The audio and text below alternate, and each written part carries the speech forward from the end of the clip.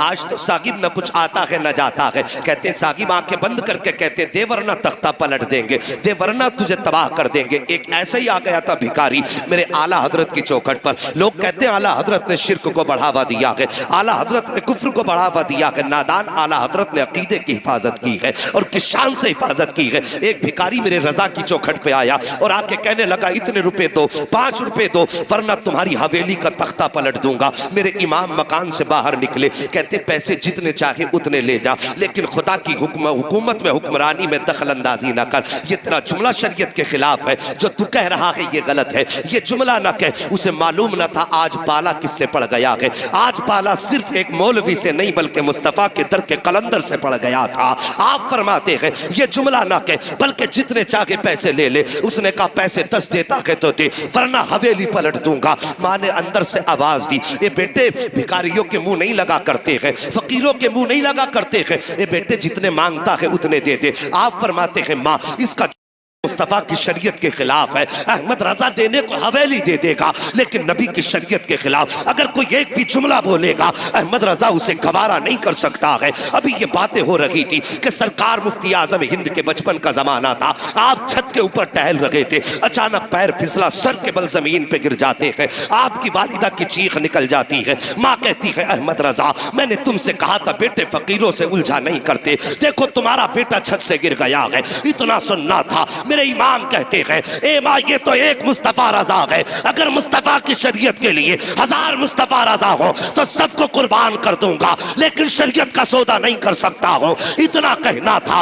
मुफ्ती आजम उठे हैं और दौड़ करके अपने बाप के कदमों से लिपटते हैं। कहते बाबा आपको जो फैसला करना है कीजिए। मुस्तफा रजा कोई खराश तक नहीं आई है, आला हजरत को जलाल आया। आपने अपने पैर के जूती को आगे किया था। फरमाते सुन तू हवेली पलटने की बात करता है, अहमद रजा का जूता पलट के दिखा दे। उसने एक हाथ लगाया है, जूते को नहीं हिला पाया, दूसरा हाथ लगाया है, जूते को नहीं हिला पाया है, पूरी ताकत लगा दी, जूता नहीं हिला पाया, पीछे हट के खड़ा हो गया। कहने लगा मौलाना तुम्हारे पास कोई जादू है जिसकी वजह से जूता जाम हो गया है। मेरे इमाम ने मुस्कुरा के फरमाया था सुनिए अपनी जहालत वाली बातें अपनी जेब में रख, मैं जादू की बुनियाद पे नहीं बल्कि जो भी कहता हूँ मदीने वाले मुस्तफा की हुकूमत। वाह बाबा नारे तकबीर, नारे रिसालत, नारे गौसियत, मसलके आला हजरत, फैज़ाने आला हजरत, गरीब नवाज कॉन्फ्रेंस, अल्लामा मुफ्ती हम्माद साहिब किबला, सरजमीने राजा का मझोला जिंदाबाद जिंदाबाद। सुभान अल्लाह सुभान अल्लाह। साहिबो हमारे रजा ने तो हमारे फिक्र की हिफाजत की है और तुम कैसे कहते हो इन्होंने शिर्क को बढ़ावा दिया है। उन्होंने तो हमारी फिक्र तक को बहकने ना दिया। उन्होंने तो हमें सिखाया है कि खुदा परस्ती क्या है, अल्लाह की इबादत क्या और उसकी बंदगी क्या है। साहिब तो आज आ जाते हैं हमारे मोहल्लों में आके कहते हैं साहब मुझ पे इतने हैं, मुझ पे इतने मैं यूं कर दूंगा। और मेरी भोली भाली मुस्तफ़ा की उम्मत, मैं तुमसे एक बात कहूं कभी किसी के झांसे में ना आया करो। होता वही है जो रब चाहता है। मानेंगे इस बात को? होता वही है जो रब चाहता है, लेकिन उसे मनाने के अंदाज अलग होते हैं। मनाने के अंदाज अलग होते हैं। एक बुजुर्ग थे तो जिस बस्ती में वो रहा करते थे वो बस्ती नदी के किनारे थी। नदी के किनारे बस्ती, अचानक उस बस्ती की नदी में आया पानी बहुत तेज और थोड़ा थोड़ा पानी रिसने लगा। रिश्ते रिश्ते पानी जगह बनाने लगा। गांव वाले डर गए, दौड़े दौड़े हजरत के पास गए, हजरत दुआ कर दीजिए, अगर पानी कट गया तो गांव बह जाएगा। आपने अपनी लाठी उठाई और वहीं गए जहां पे पानी कट रहा था। और जाने के बाद करना क्या था? कटते हुए पानी पे मिट्टी रखनी थी या हाथ लगा के रोकना था। लेकिन बस दीवानों की नजरों को जहां देख रहा है, दीवाना खुदा जाने कहां देख रहा है। और दीवाने को तहकीर से दीवाना ना कहो, दीवाना भी कुछ सोच के दीवाना बना। हाँ, करना क्या था कि पानी बंद करना था। लेकिन साहिब किया क्या इन्होंने? जाकर के जहां पानी खुल रहा था और रास्ता बनाना शुरू कर दिया। हमारी कौम भी बड़ी अजीब है, एकदम सर पे बैठाती है, एकदम फेंक दिया करती है। न तहकीक की फुर्सत न जानकारी की।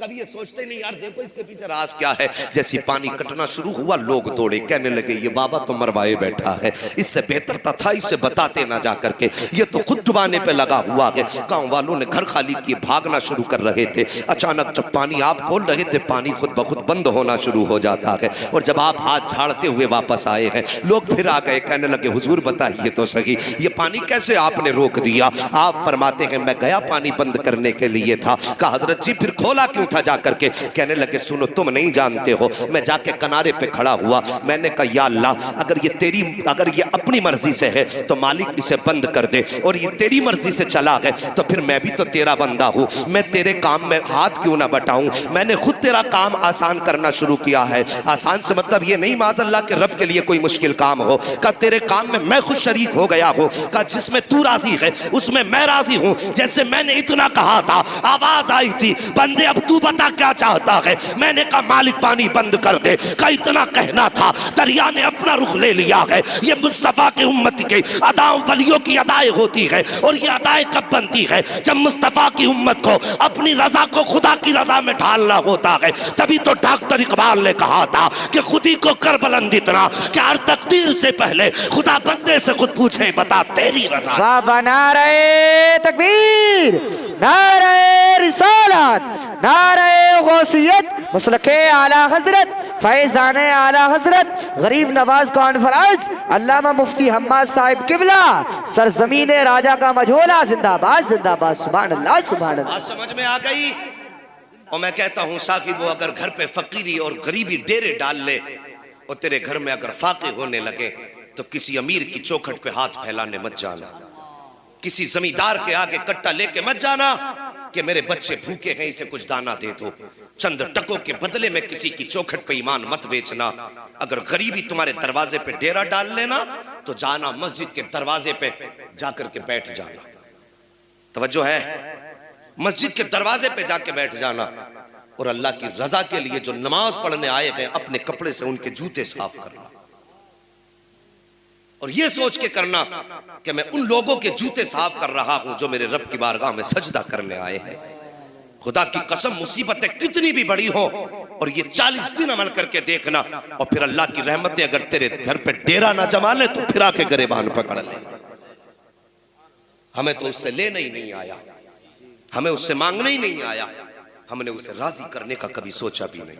अल्लाह अकबर, तुम्हारे दरवाजे पर अगर ऐसा कोई ढोंगी आ जाए कि मेरे हिस्से में इतने, मेरे कब्जे में इतने हैं, तो कभी उसके झांसे में मत आना। समझ रहे मेरी बात? उसके झांसे में मत आना। कोई बीमारी होती है डायरेक्ट कहते हैं इसे तो करा दिया है पड़ोसी ने। इन मियाओं ने कौम को आपस में ऐसा लड़ा दिया, भाई को भाई का दुश्मन बना दिया। कहते बहुत बड़ा जादू तुझ पे है, वो बेचारा डर जाता कितना बड़ा जादू है, कराया किसने, कुछ तो बताओगे?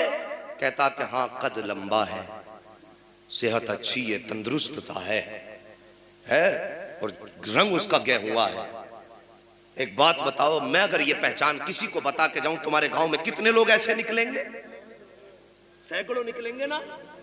तो जब किसी को बीमारी है तो कहता जरा करीब में नजर दौड़ा तो एक आध तो मोहल्ले में निकल ही आएगा। और अक्सर मियां क्या करते हैं, मुझे देख करके मेरे भाई का अंदाजा लगाते हैं। मैं इनके ढोंग बता के जा रहा हूं, मेरी कौम किसी के बहकावे में मत आना। मेरी तकरीर तबे यार को बेचैन करती है, सबब क्या है वही कहता हूं जो दिल पर गुजरती है।